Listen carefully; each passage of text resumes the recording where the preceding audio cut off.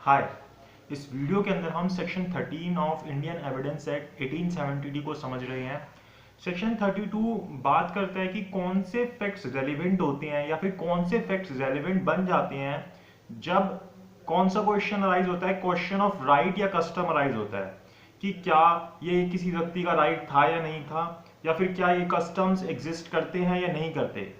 तो इस क्वेश्चन को डिसाइड करते हुए, इन दो क्वेश्चंस को डिसाइड करते हुए जो कि किसी राइट्स या कस्टम से रिलेट करते हैं, तो कौन से फैक्ट्स रेलेवेंट बन जाते हैं उनके बारे में सेक्शन 13 बताता है।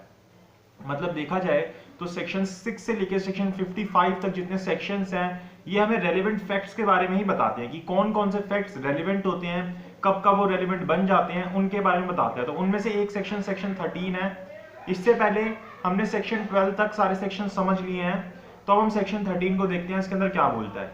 सेक्शन 13 ये बोलता है, इसके अंदर दो क्लॉजेस दिए गए हैं, तो हम इसको पहले रीड करते हैं, उसके बाद इसका मीनिंग समझते हैं। सबसे पहले बोलता है कि where the question is as to existence of any right or custom, कि जब कोई क्वेश्चन अराइज होता है किस चीज से रिलेटेड, किसी राइट या कस्टम से रिलेटेड, तो the following facts are relevant. तो कौन कौन से फैक्ट्स रेलेवेंट बन जाते हैं वो बताए गए हैं। तो इसके अंदर दो क्लॉजेस दिए गए हैं, क्लॉज ए और क्लॉज बी।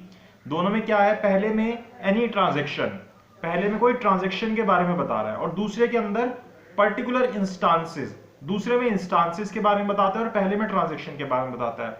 ट्रांजेक्शन का मतलब क्या होता है कि कोई चीज जो हो चुकी है, जो कंप्लीट हो चुकी है किन्हीं पार्टीज के बीच में, किन्हीं दो पार्टीज के बीच में। अब जरूरी नहीं है कि वो पार्टीज जो है इंटरवाइवोज हो, मतलब वो जिंदा पार्टीज के बीच में हुआ हो, वो कोई भी पार्टीज हो सकता है। कि शायद हो सकता है कि एक पार्टी अभी जीवित है और एक पार्टी मर चुकी हो, तो उस वक्त कोई क्वेश्चन अराइज होता है तो उसको हम ट्रांजेक्शन ही बोलते हैं। तो कोई भी ट्रांजेक्शन। और दूसरे क्लॉज के अंदर में इंस्टांस वर्ड यूज किया। इंस्टांस मतलब कि समथिंग वंस अकर्ड, कि कभी ऐसा हुआ था। जैसे एग्जांपल के तौर पे लेते हैं कि कभी ये चीज हुई थी, तो उसको हम इंस्टांस बोलते हैं।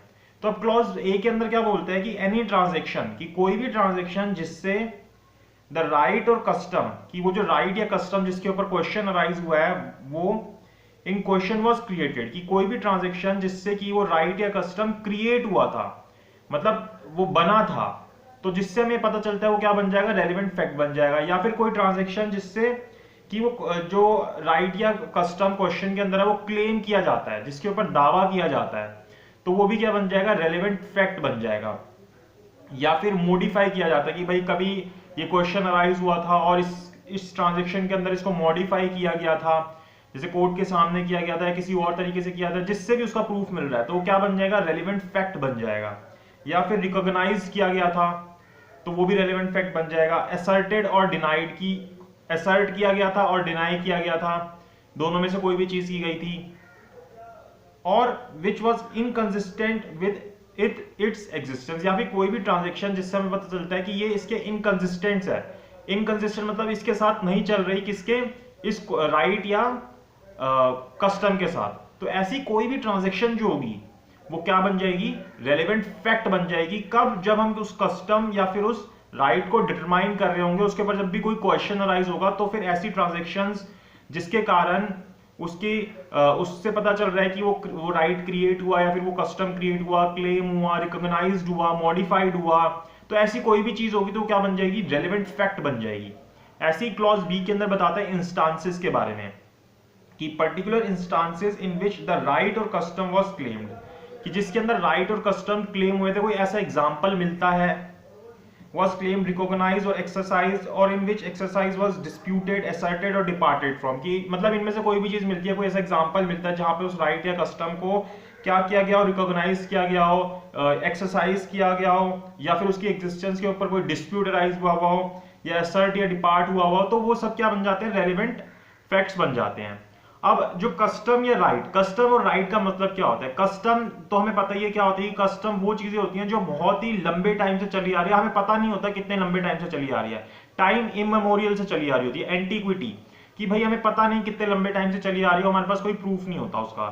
दूसरी बात कि वो इमोरल नहीं होना चाहिए, जो कस्टम है वो इमोरल नहीं होना चाहिए, और कभी भी कहीं पे भी बीच में उसके जब उसको कर रहे हो उस कस्टम को, उसके बीच में कोई ब्रेक नहीं होना चाहिए, कहीं भी वो बीच में टूटी भी नहीं होनी चाहिए उसकी कड़ी जो है। तो वो जो है वो हमारे क्या कहलाते हैं, कस्टम कहलाते हैं। जैसे कस्टम के लिए क्या क्या चीजें पूरी होनी चाहिए कि it must be ancient, it must be continued, unaltered, कि कभी भी वो चेंज ना हुआ, उसके अंदर वो कॉन्टिन्यूसली चल रहा हो। इट मस्ट बी पीसबल, मतलब उसको शांति से एंजॉय किया गया हो, शांति से ही हमेशा होती आ रही हो, उसके अंदर कोई लड़ाई झगड़ा ना हुआ हो। It must be reasonable, unreasonable नहीं होना चाहिए वो। It must be certain and definite, कि पता हो कि क्या करना है या क्या कस्टम है, एग्जैक्टली डिफाइंड हो।